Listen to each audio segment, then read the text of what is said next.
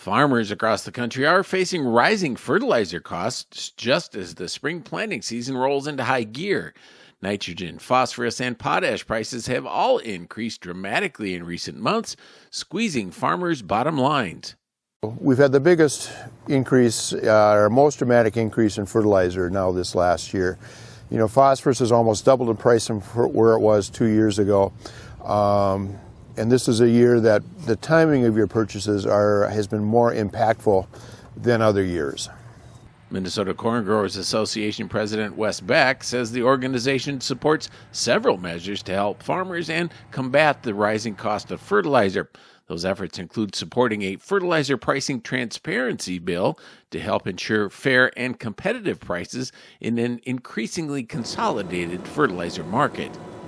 We are very supportive of the Klobuchar bill and Thune from South Dakota that would have fertilizer reporting requirements, both in price and volumes. And that would be similar to livestock reporting, things that are already happening.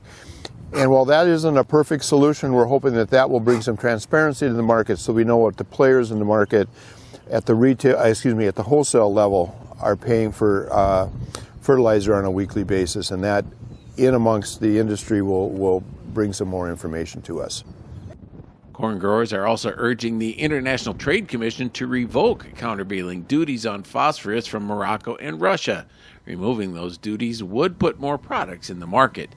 The competitors on the worldwide market are Morocco is rich in phosphorus, that we would like to be able to access that, but that's facing a countervailing duty, as well as much of our phosphates, or some of it used to come from the Soviet Union, and they are facing the same countervailing duties as well as war sanctions and some other things. So they are really not a supplier to our market right now. The Minnesota corn growers are also supporting a homegrown fertilizer act, which would invest in American manufacturing, support innovation in agricultural inputs, and put more options in farmers' hands.